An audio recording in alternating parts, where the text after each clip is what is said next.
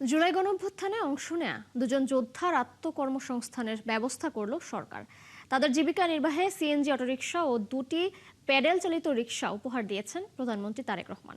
দুপুরে প্রধানমন্ত্রীর তেজগাঁ কার্যালয়ে আয়োজিত অনুষ্ঠানে তাদের হাতে উপহার তুলে দেন প্রধানমন্ত্রী। এ সময় তিনি প্রত্যেকের শারীরিক অবস্থা, পরিবার ও জীবিকা সম্পর্কে খোঁজখবর নেন। উপহার পাওয়াদের মধ্যে একজন মিরপুর বাংলা কলেজের সমাজকর্ম বিভাগের অনার্স দ্বিতীয় বর্ষের শিক্ষার্থী মোহাম্মদ আজিজ শেখ। জুলাই গণঅভ্যুত্থানে মিরপুর ১০ এলাকায় অংশ নিয়ে তিনি গুলিবিদ্ধ হন। আজিজ প্রধানমন্ত্রীকে জুলাই গণঅভ্যুত্থানের রক্তমাখা পতাকা উপহার দিয়েছিলেন। উপহার পাওয়া অন্যজন কুষ্টিয়ার আলমডাঙ্গা উপজেলার বাসিন্দা মোহাম্মদ গফফার। তাকে প্যাডেল চালিত রিকশা উপহার দেওয়া হয়। এর বাইরে বগুড়ার গাবতলী উপজেলার বাসিন্দা ৬৫ বছর বয়সী আসাদুল হক বিশুকেও অটোরিকশা উপহার দেন প্রধানমন্ত্রী। এ সময় প্রধানমন্ত্রীর কার্যালয়ের কর্মকর্তারা উপস্থিত ছিলেন।